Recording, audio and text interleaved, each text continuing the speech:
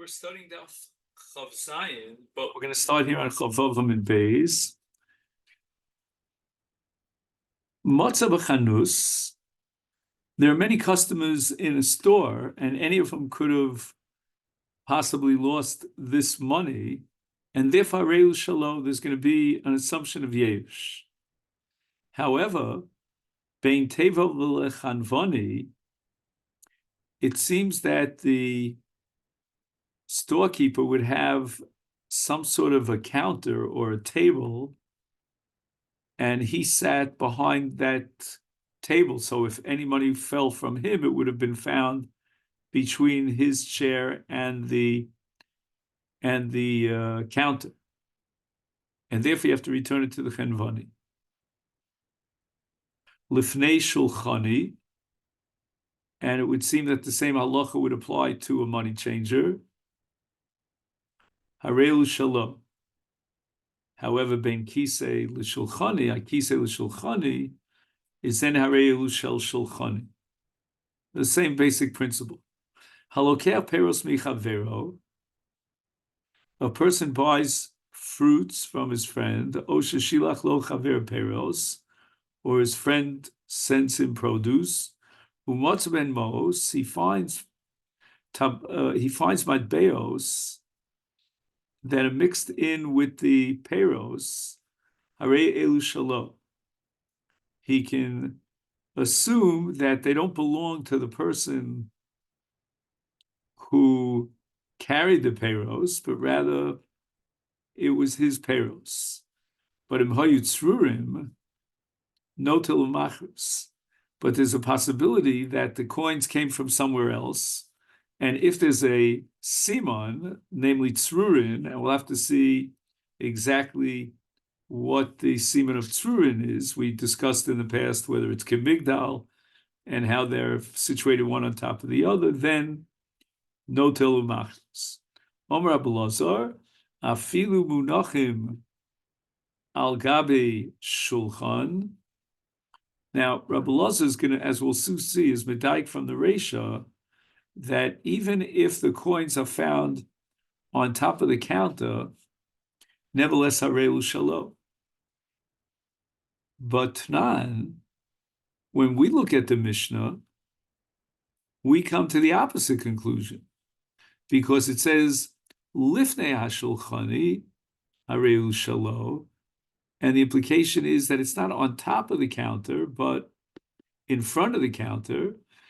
Ha al gabi shulchan to shulchani. If it was on top of the counter, you'd have to return it to the money changer, to the shulchani.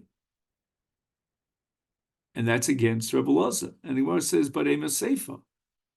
On the other hand, the seifa seems to support Rebbe Elazar, because it says, ben hakisei v'shulchani shel shulchani, hal gabi shulchani shalom. And that would seem to support Rebbe Elazar, that if you find the coins on top of the counter, then you're allowed to keep it. So therefore, we have diyukim sosrim, we have contradictory conclusions to be drawn from the two parts, the two clauses of the Mishnah. And we can't ask a kash on Rebbe Elazar from one part, when another part of the Mishnah, the Sefer seems to support Rebbe Elazar. Rebbe Elazar ha minalai. What motivated Rebbe Elazar to come to his conclusion that even al gabi hashulchan hareu shalom meravam asnisa kasha say he had a difficulty in the Mishnah. My iriditani bein akisel shulchani. Why did the Mishnah say that you return it to the shulchani in a case where you found it between the place that he sits and he himself in that space? Listening, the Mishnah should have said, al shulchan, even if you find it on top of the counter, you have to give it back to the shulchani. And therefore, the implication is that if you found it on top of the counter, then you're allowed to keep it for yourself, hence Rebbe Elazar's conclusion. Inami, maybe Rebbe Elazar had a different kasha. Matzah b'shulchanos, the Mishnah should have said that somebody found coins somewhere in the Shulchanos, meaning in the Geschäft, in the money changes Geschäft, and then it belongs to him. Kiriktani Reisha, just like paralleling the ratio where it says Motza b'chanus shalo, Elo shmamino afilu menochem agabi shulchan areu shalo. Now we get back to the Mishnah. Lokeach peros michavero, Omrei shlokish lo shanu ela, and here we start our daf for today. Chaf Zayin, v'lokeach min tagar. He purchased produce from a tagar, a professional seller. Now this tagar, he purchased fruit from many different suppliers, and therefore we don't know from which supplier he got this produce. If you purchased it from a private person, a private balabayis, he's not some sort of a tagar, who's dealing with so many different suppliers, is chayv lahachzir. Then he has to return it to that person. V'chein toni tana kami Rav Nachman, and that's how we learned in a brisa that was presented to Rav Nachman. Lo shanu, when do we say in the Mishnah that you're allowed to keep it if you find coins amongst the produce? That's only v'lokech min hatagar.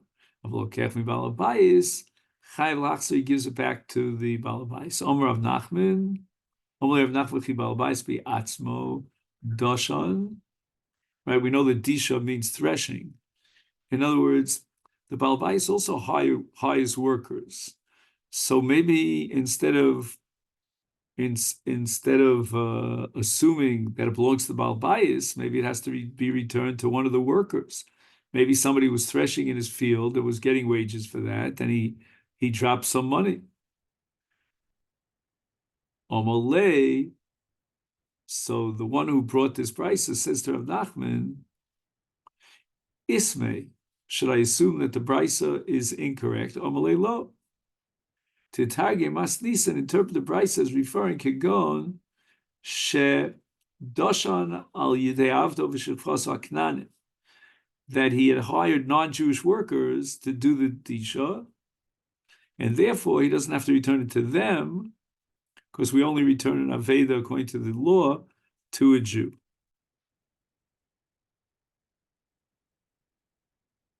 Now, by introduction to the Mishnah here on Chav Zayin, we'll mention that the Torah gives an entire list comprising 4 different subcategories of objects that have to be returned.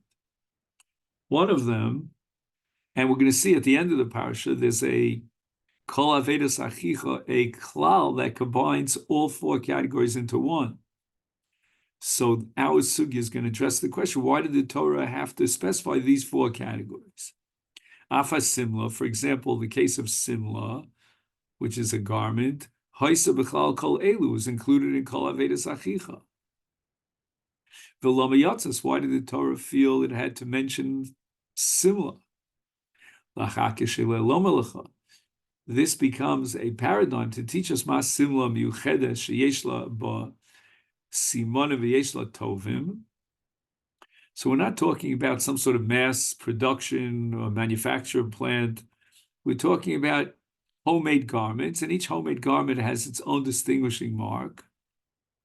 And not only that, yesh ba simona v'yeshla tovim. It belonged to somebody. And he comes along and claims ownership on it. So we'll soon see that the Mishnah is coming to exclude not only something that doesn't have simonim, but also an object that we think no one's going to come to be toveh. Maybe it's less than a shava pruta, and we'll see the sugya. So the Gemara asks the following: "My bechlal kol elam arava bechlal kol avedas achicha." Omar Rav, Lomali de Kasev Rachmana Shor Chamor Sev Simla. Why were these 4 categories singled out? Each one must teach us something. The Kasev Rachmana Simla. If we only had the word Simla, Havamina, I would have thought Hanimili be Edim de Gufa. In other words, there are witnesses who identify the object And more than that, they saw so-and-so drop and lose the object. Number two, simanim de gufa. Maybe simanim only apply. And when do I have to return the object? When it is a siman on the object itself, to the exclusion of a chamar b'edim de ukov. What happens if two witnesses can testify that this saddle belongs to so-and-so, but they can't testify as to the ownership of the donkey? So it's not a sima b'gufa, and it's not therefore dumya dissimla. The simanim de ukov, even though they identify the saddle, but not the donkey. Ema lo madrinle, we would not return this object, meaning the donkey, because it's not similar to sumla, because Rahmana Chamar, they afilu Chamar b'simani okev. And therefore we assume, and this we derive from Chamar, that the saddle belongs to the person who owns the donkey. So it's saddle, donkey, donkey, saddle. It's all one. Shar v'sed the kos Rahmana Lomali, Shar dafilu gizas novo. Now, apparently, there is some hairs that you can shear off the tail of an ox. And the Torah adds the word shar to teach you that even though the sharing is worth less than a shava pruta, as Rashi points out, nevertheless, you're chayav in a shava. Why? Because you classify the hairs as part of the animal itself. And since the animal is worth a pruta, therefore its giza of znavo is worth a pruta. V'sel gizosov. Now, once you have seh, l'chor, you don't need, I'm sorry, the other way around. Once you have shor, l'chor, you don't need seh. What's the chiddush here in seh? And that's the Gemara's kasha. The little Rahman is shor, which is even something that's less than the shava pruta. Now, feel the giza znavo. The kolshkein sel gizosov, which is worth a lot of money, much more than a pruta. El amarava chamor debor. The word chamor is coming to teach us that something that's damaged because it fell into a bar, l'Rabbi Yehuda, according to Rabbi Yehuda. So let's review quickly the shita of Rabbi Yehuda. Rabbi Yehuda holds in Bava Kama Daf Nun Gimel that from the word chamor we learn that the Baal Bar has to pay damages for animals, but not for inanimate objects, not for kelim. That's the shita of the rabbis, meaning the Chachamim and the Tanakam. But Rabbi Yehuda says that the Baal Bar has to pay even for damages to kelim. So according to Rabbi Yehuda, the word chamor is teaching nothing. There's no new law over here. You can't say the chamor is teaching inanimate objects because the chamor is an animate object. So therefore, according to Rabbi Yehuda, who holds that Yechayev even for nizke kelim v'bar, why do we need the word chamor? The Gemara doesn't have an answer to that. Sela Veda. Why do we need the word seh in the context of an Aveda? After all, we said you could derive seh, meaning the shearings, from a kavachom, from shor, l'divrei hakol, kash.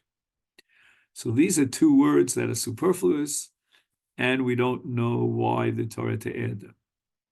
Chamor in the parsha Bor, and seh in the parsha Aveda. Gemara asks the following question: V'ema, why not suggest that leglolim hudiosa? Maybe the word says, coming to teach you that you have to return golol. And even though golol is not something that you would think people are serious about, doesn't have a lot of value, but nevertheless you have to return it, and that's from the extra word seh.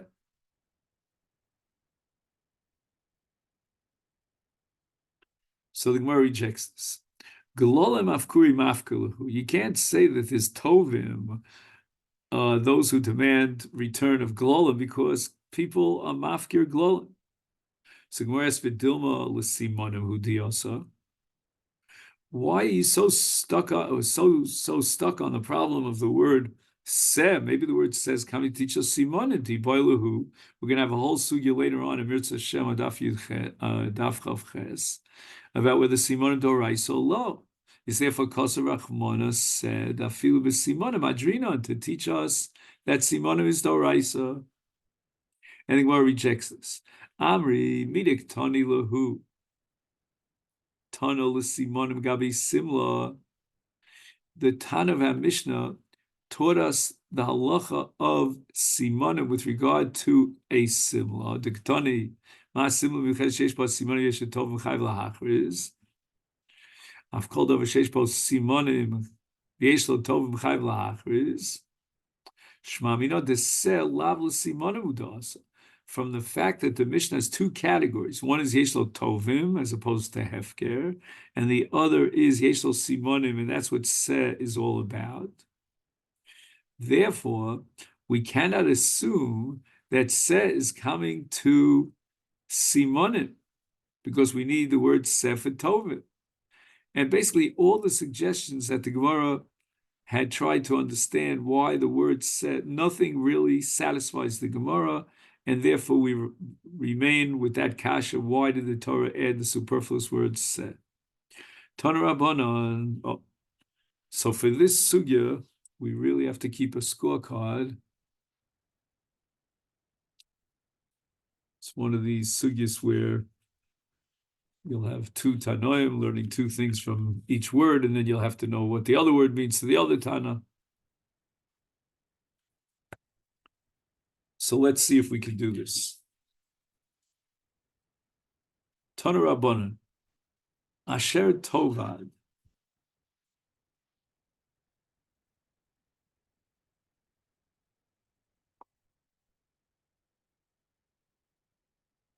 So now we're up to the Tanakama.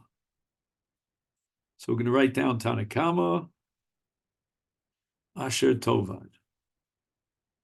Prat la veda she'ein bo shava pruta.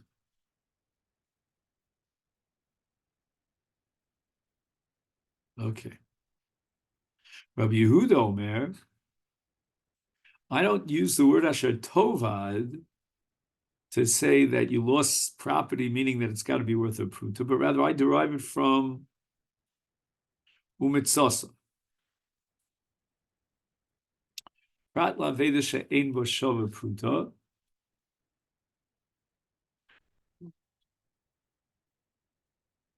Which means that you find an object.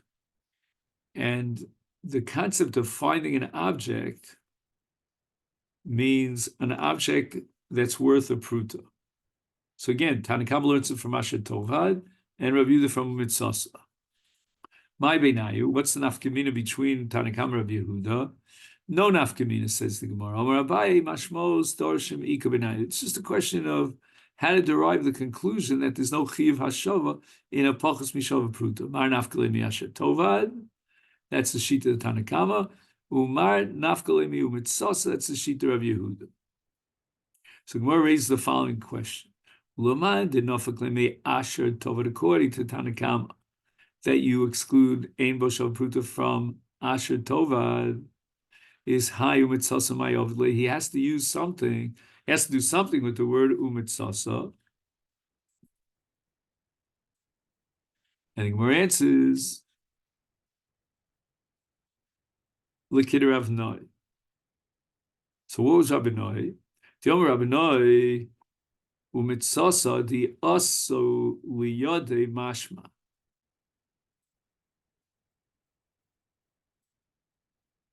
Okay.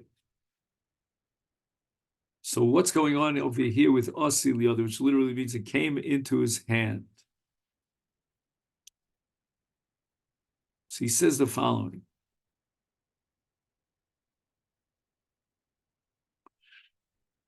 The Gemara Bava Kama at the end of the Masechet derives from a pasuk achicha that there's no mitzvah to return a lost object to anyone who's not a chicha, meaning to a non-Jew.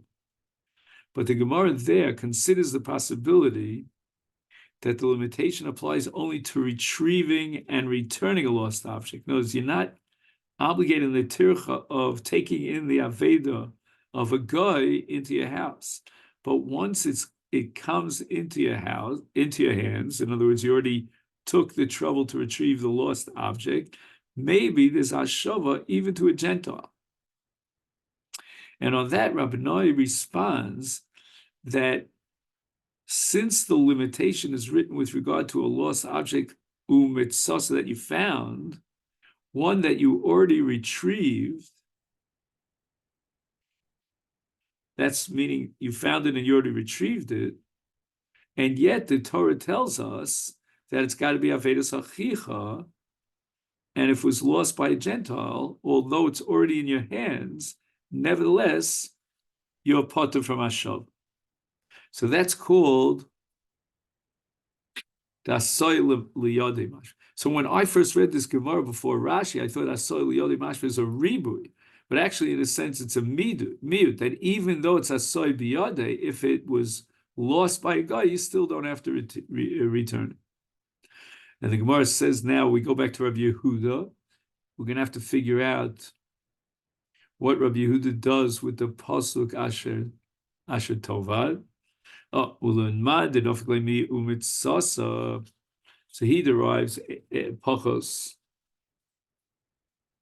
le'eno shalva pruta from the word umitzasa, is therefore Asher Tovad. What does he do with Asher Tovad? Mi boilik Rabbi Yochanan.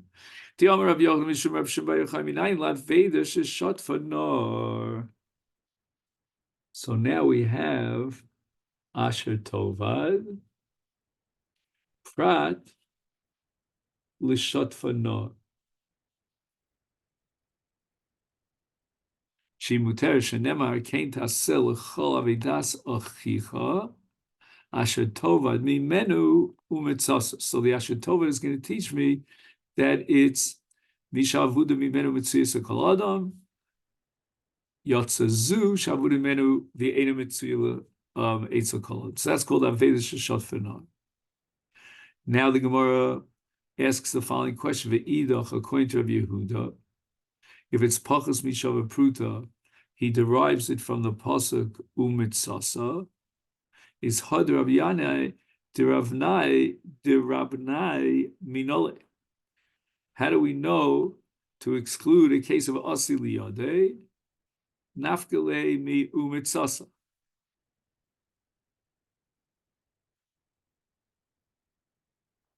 One second, how could that be?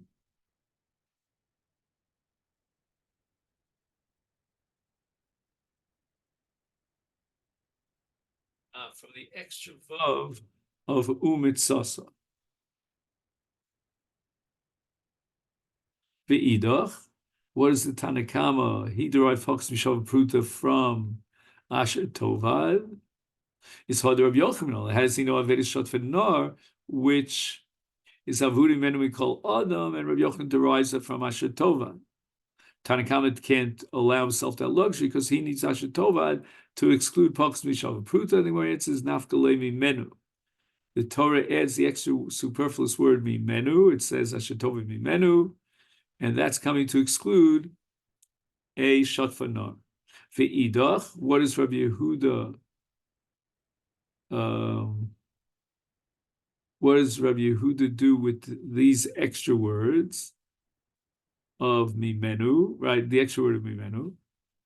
Mimenu lo mashmale. He holds that you don't darshan anything from mimenu. It's not superfluous. It's part of the language of the Torah. Okay. Yeah.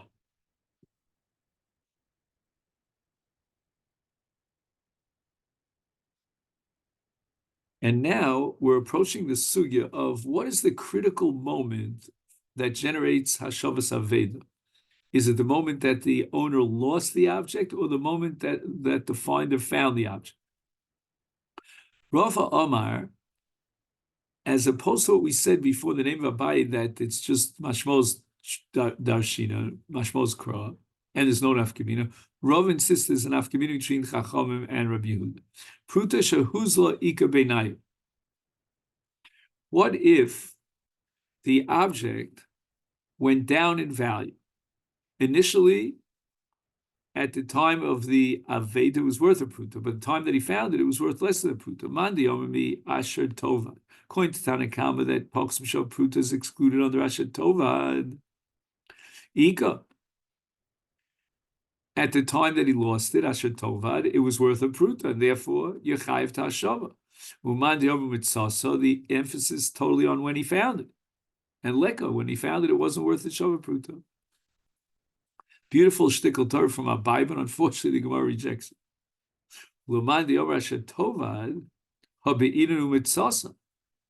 mean, no one could say that everything depends upon the Shas Aveda. The mitzvah is engendered with the Shas Metziya. That's Poshet. And if at the time of the Metziya wasn't worth a pruta, how could you possibly entertain that he's chayiv and hashav? Ella, says the Gemara, there can be two other possibilities, two other scenarios. Ella pruta shehukra ika beinayim. The pruta went up in value, meaning at the time of the Aveda, it was worth less than shud. Upon that you found it, it was worth a pruta. Mandi, according to Rabbi Yehuda, holds umitzasa. The pasuk umitzasa is going to exclude pachas mishav pruta. Ika is chayiv and hashava, because at the time that he found it, it was worth a shava pruta. But according to the Tanakh who says that Pachos Mishal Pruta is excluded from the Rasha Tovad, meaning it was less than Shal Pruta at the time that it was lost by the owner, but here